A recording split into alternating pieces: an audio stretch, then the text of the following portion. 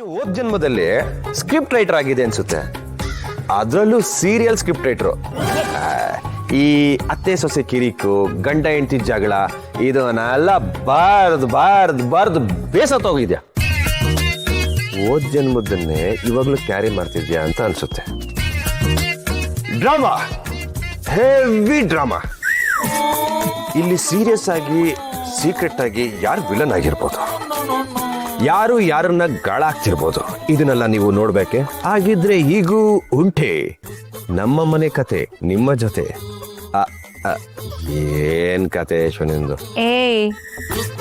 ಏನೋ ನನ್ ಸೀರಿಯಸ್ ಆಗಿ ಮಾತಾಡ್ತಿದ್ರೆ ತಮಾಷೆ ಮಾಡ್ತೀಯಾ, ಕಾಮಿಡಿ ಮಾಡ್ತೀಯಾ? ಕಾಮಿಡಿ ಅಲ್ಲ, ಸೀರಿಯಸ್ ಆಗಿ ಹೇಳ್ತಾ ಇದ್ದೀನಿ.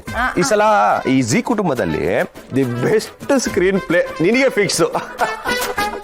ಕೃಷ್ಣ, ನೀನಿದ್ಯಾ ನೋಡು, ನೀನಿದ್ಯಾ ನೋಡು. ಎಲ್ಲ ವಿಷಯನೂ ತಮಾಷೆಗೆ ಮಾತಾಡ್ತೀಯಲ್ಲೋ. ಯಾಕೋ ಹಿಂಗೆ ನೀನು? ಯಶೋ, ನಿನಗೊಂದು ಮಾತು ಹೇಳ. ಏನೋ ಕಾಮಿಡಿನಾ? ಯಾರೋ ಪ್ಲಾನ್ ಮಾಡ್ತಾರೆ, ಯಾರೋ ಬಲೆಗೆ ಹಾಕೊಳ್ಳೋದಕ್ಕೆ ಈ ತರ ಫೋಟೋ ರೆಡಿ ಮಾಡಿಸ್ತಾರೆ, ನಮ್ಮನ್ನ ಬುಟ್ಟಿಗೆ ಹಾಕೊಂಡ್ಬಿಡ್ತಾರೆ. ಈ ತರ ಎಲ್ಲ ನೀನು ಮಾತಾಡ್ತಿದ್ಯಲ್ಲ, ಇದೆಲ್ಲ ಸುಳ್ಳು ಯಶೋ. ಈ ಥರದ್ದೇನು ಇರಲ್ಲ. ಇದೆಲ್ಲ ಬರೀ ನಿನ್ನ ತಲೆಯಲ್ಲಿದೆ ಅಷ್ಟೇನೆ. ನಿಂಗೆ ಒಂಥರ ಭ್ರಮೆ, ಈ ಭಯದಿಂದ ಬರ್ತಿರೋ ಭ್ರಮೆ. ಈ ಫೋಟೋ ನಮ್ಮ ಮನೆಗೆ ಎಷ್ಟು ಇಂಪಾರ್ಟೆಂಟ್ ಅಂತ ಒಂದು ವ್ಯಕ್ತಿ ತಿಳ್ಕೊಂಡು ಅದನ್ನ ಯಾರ ಹತ್ರನು ಕೇಳದೆ ಹೇಳ್ದೆ ಅದನ್ನ ತಗೊಂಡೋಗಿ ರೆಡಿ ಮಾಡಿಸ್ಕೊಂಡು ಬಂದು ಅದೇ ಜಾಗದಲ್ಲಿ ಇಟ್ಟಿದ್ದಾರೆ. ನಿನಗೆ ಅಲ್ಲೇ ಗೊತ್ತಾಗಲ್ವಾ ಆ ವ್ಯಕ್ತಿ, ಆ ವ್ಯಕ್ತಿತ್ವ ಎಂಥದ್ದು ಅಂತ? ಇದು ಬೆಲೆ ಕಟ್ಟಕ್ಕಾಗಲ್ಲ ಯಶೋ. ಇದು ಅವ್ರ ಒಳ್ಳೆತನ ತೋರಿಸುತ್ತೆ.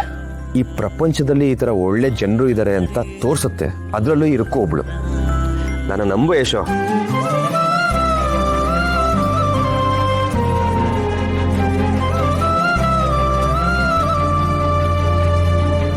ಅಮ್ಮ, ನಾನು ಹೇಳಿದ್ ಕರೆಕ್ಟ್ ಅಲ್ವಾ?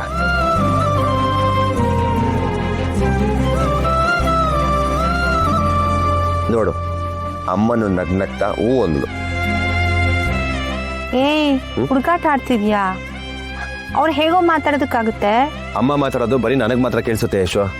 ನಿಮ್ಗೆಲ್ಲ ಕಿವಿ ಹೈಬು. ನೀನು ಸುಮ್ಮನೆ ತಲೆಗೆ ಏನೇನೋ ಹುಳ ಬಿಟ್ಕೋಬೇಡ. ನೋಡೋ, ಆರಾಮಾಗಿರೋದು ಕಲಿ. ನಾವು ಒಳ್ಳೆ ಜನ ಅಂದಮೇಲೆ ನಮ್ಮ ಸುತ್ತನ ಒಳ್ಳೆ ಜನ ಇರ್ತಾರೆ. ಅಮ್ಮ, ನೀನು ಯಶುನ ಸ್ವಲ್ಪ ಕೂಲಾಗಿಡು, ಓಕೆನಾ? ಬರ್ಲಾ?